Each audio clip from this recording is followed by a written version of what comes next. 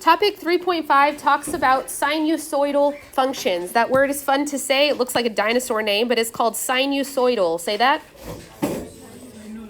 Yeah, it feels like you're talking about a dinosaur, but this is just the type of function that sine and cosine are.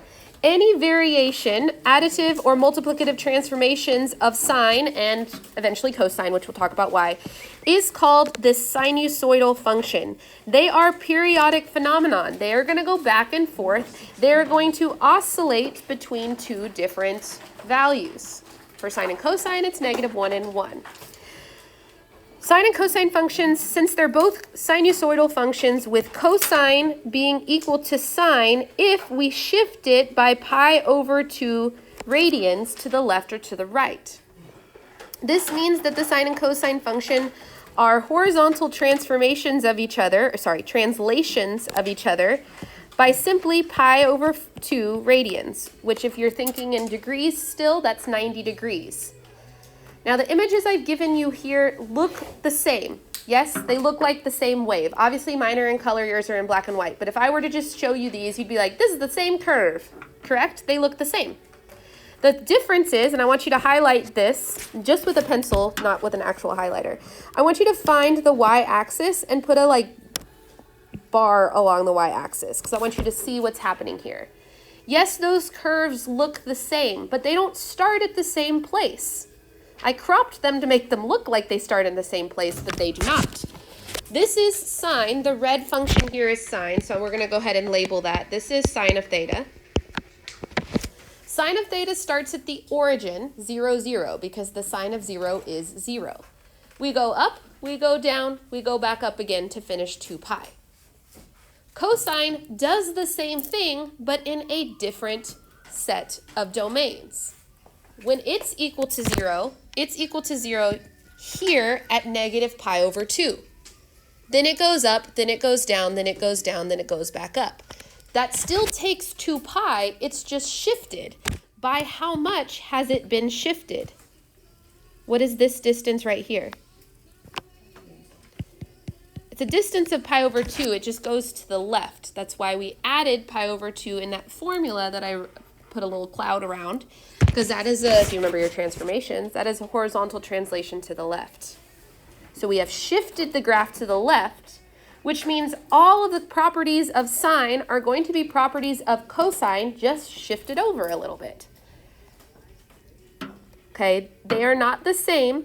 If we're looking at the y-intercepts for sine, sine begins at 0, 0.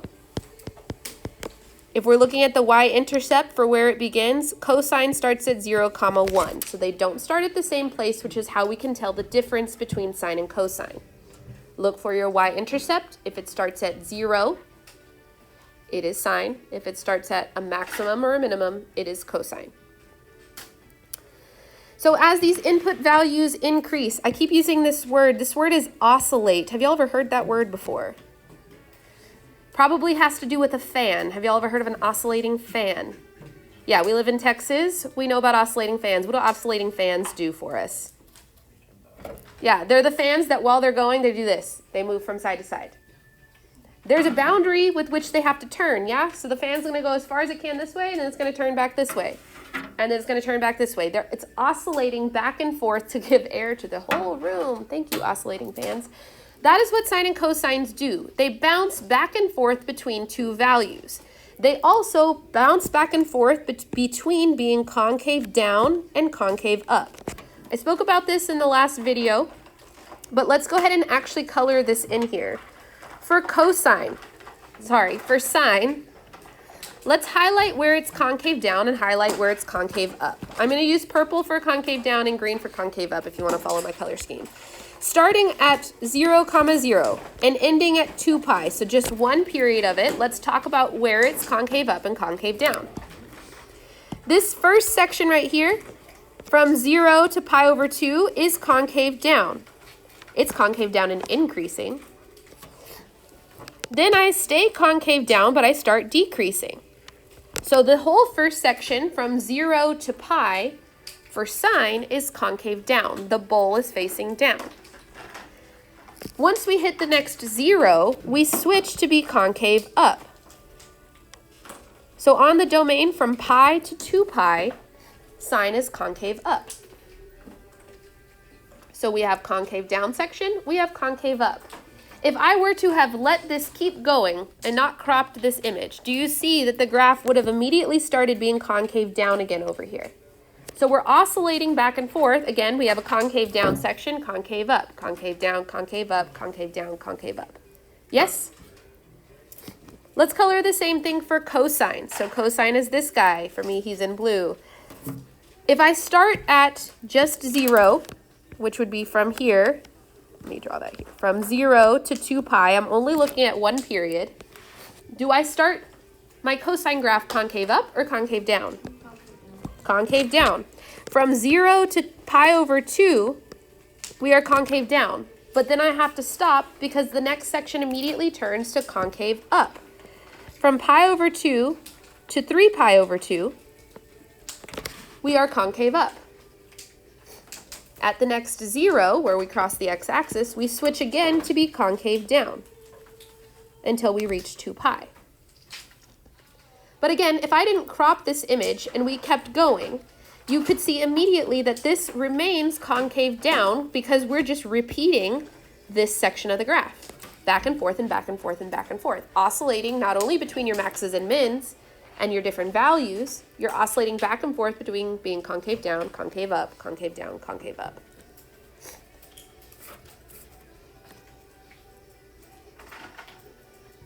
We've already talked about the next vocabulary word. The next vocabulary word when we talk about sinusoidal functions is the period of the function. We already know this one.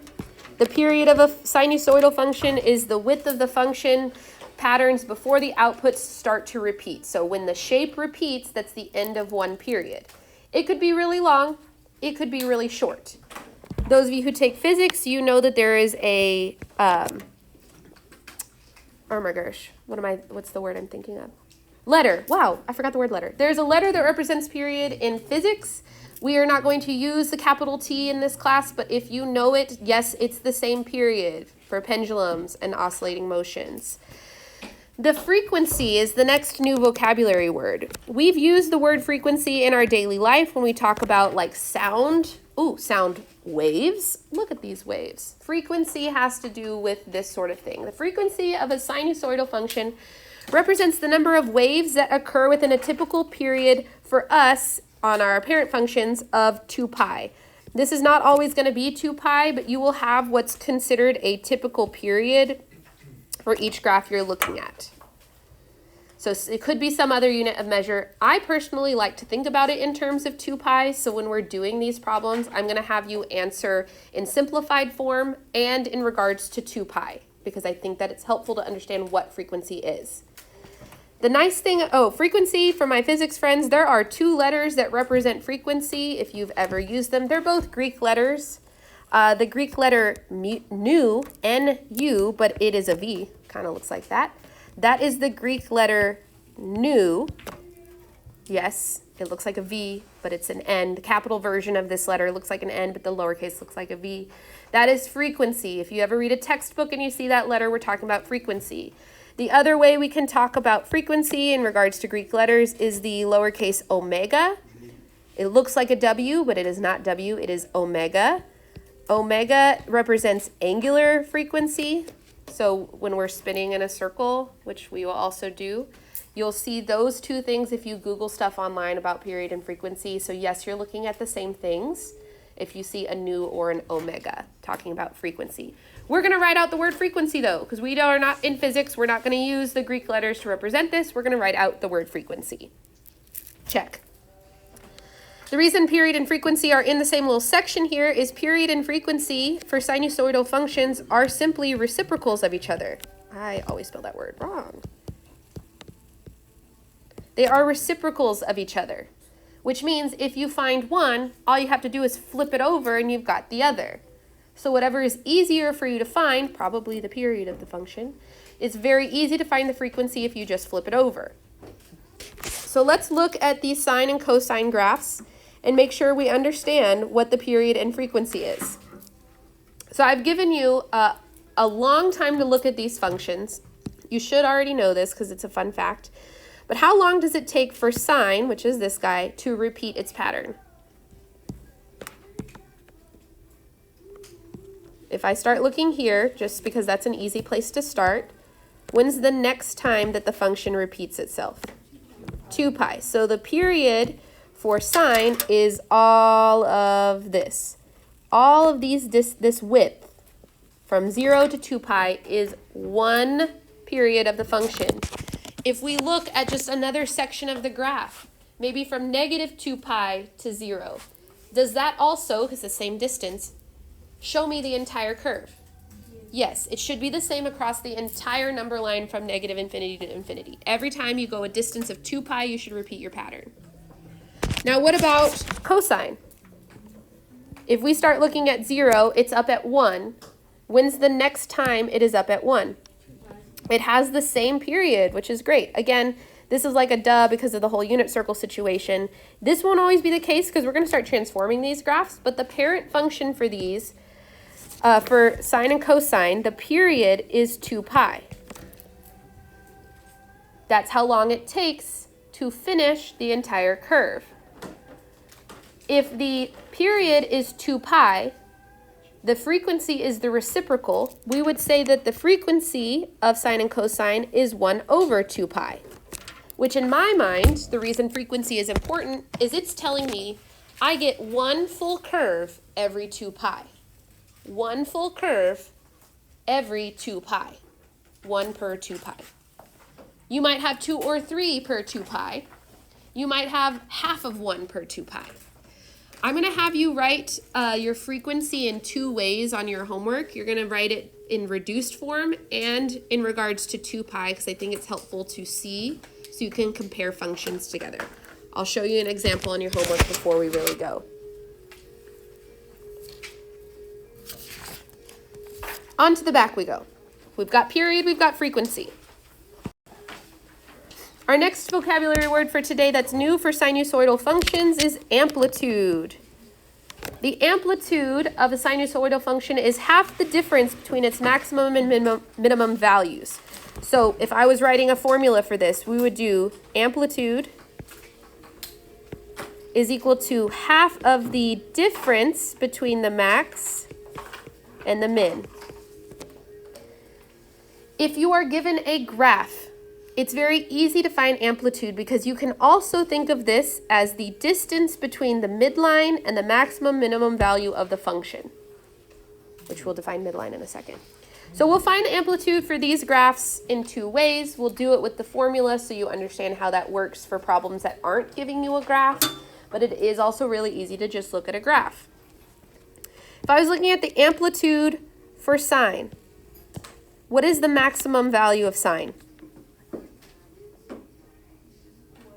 1. What is the minimum value of sine? -1. We're going to do 1 minus -1 divide by 2. Minus a negative is like positive, so this is 1 plus 1, which is 2 over 2. What is 2 over 2?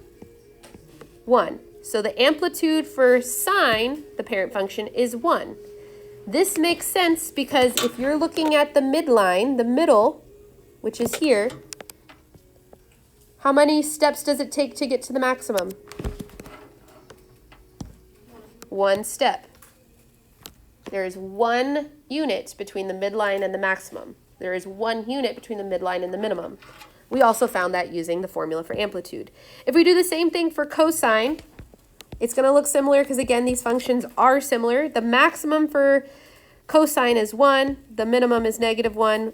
We take the difference, divide by 2. We get the same exact formula, which means the amplitude for both sine and cosine is 1.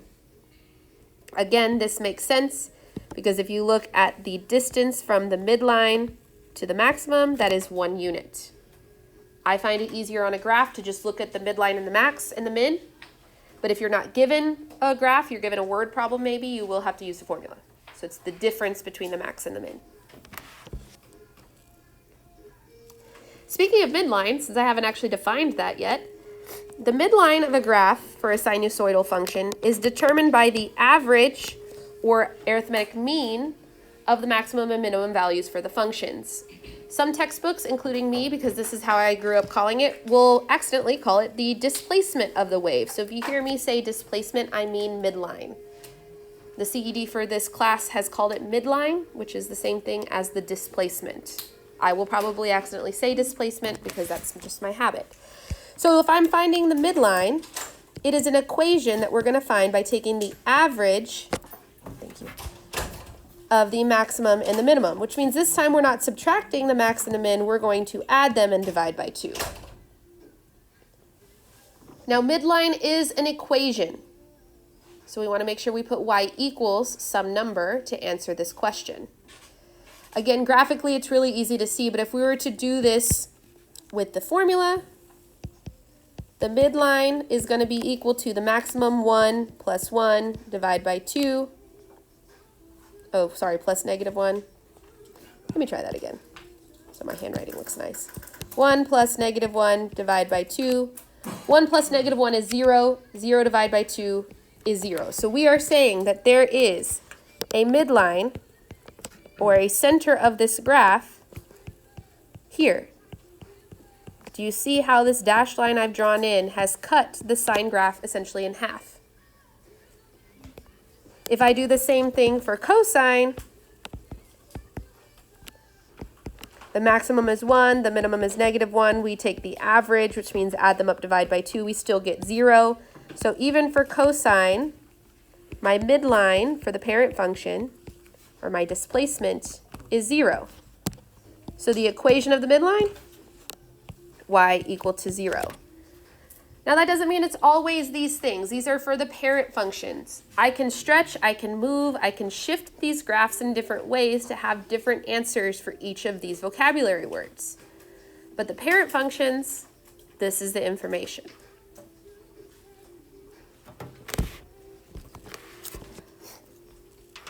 Last but not least, we've defined even and odd functions before, but it's probably been a minute. Sine and cosine are great examples of even and odd functions.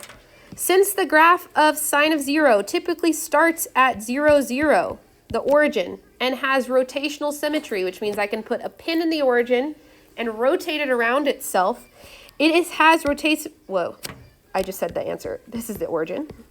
This function is called an odd function. Not every single sine graph is odd. The parent function is odd. It has to pass through 0, 0 to be symmetrical about the origin, which means if we shift it off of the origin, it is no longer odd. So not every sine function is odd, but sine itself is an odd function. For cosine, let me highlight sine in red so you know what I'm talking about. For cosine, since it typically starts at 0, 1, that means it's not going to be symmetrical about the origin because it doesn't pass through the origin. It has reflective symmetry over the y-axis. Since it has reflective symmetry across the y-axis, which means I can fold it along the y-axis, that's called an even function. Most cosine functions are even. As long as you can fold it along the y-axis, it is even. There are more even cosine functions than odd sine functions.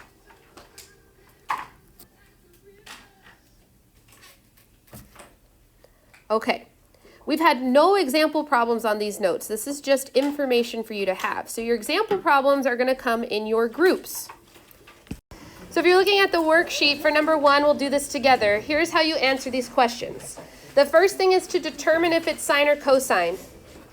Looking at this graph right here and looking at the y-axis, does the graph cross the y-axis at what would be a middle or at a maximum or minimum? Middle. Middle is going to be sine. Midline or middle is going to be sine. If it's a max or minimum, that's cosine. If we're looking at the period, we're looking for how long it takes for that shape to repeat. I notice that this shape starts to repeat right here. If this is 0 and this is pi, what is this going to be? Pi over 2. So the period is pi over 2, which means that the frequency is what? 2 over pi. Now I want you to write it like that. Just flip over whatever you get for the period. But I also would like for you to write it in terms of 2 pi's. So if I were looking at this graph, how many waves occur in 2 pi? Well, I have 1, 2, 3, 4. So I also want you to write this as 4 over 2 pi. Yes, I know that reduces to 2 over pi. Obviously, that's how those numbers are the same. But if we write it in terms of 2 pi, we're telling ourselves how many waves occur in a typical 2 pi period. This is a higher frequency graph because more occur in the same time. Graphically, we can tell the amplitude just by looking at the median to the height. So if I go from the median, which is here, right in the middle, to the maximum or minimum, how many units did I cross? How many units is that? 3. So the amplitude is 3. My midline is just that line I drew in the center, y equal to 0. Yes, I gave you formulas for this one, and you practiced the formulas in your levels with your groups because it was word problems, but from a graph it's easy just to look at. Is this graph even, odd, or neither? Here's how we answer this. Number 1, it is sine, which means the only options is either going to be even or neither. Sorry, I said that totally backwards. Odd or neither. It cannot be even if it is sine. Then we check to make sure it goes through the origin. Does this graph actually go through the origin? No, so it cannot be symmetrical about the origin because you have to put your finger in the origin and rotate the graph for it to look the same. This one would be neither. Do we feel like we could answer the rest of these questions that I've shown you how I want it done? Again, for frequency, yes, just flip over your period to reciprocal. That's absolutely fine. But I also want you to write it in terms of 2 pi, which is just telling me how many waves occur in a 2 pi region. In this case, there was 4. 1, 2, 3, 4 waves occur in a typical 2 pi. Okay, now I'm done talking. You guys can continue working on whatever assignment you're working on, whether that's 3.3, 3.4, or this one, 3.5. All right, thank you so much for catching my error. I did that on purpose to see if you were paying attention. The midline should not be 0. What should the midline be? 3. Yeah, you gotta stop me when I'm doing crazy stuff. The middle goes through the number 3, so it's on the horizontal line y equal to 3. Sorry. Thank you so much. I did it on purpose.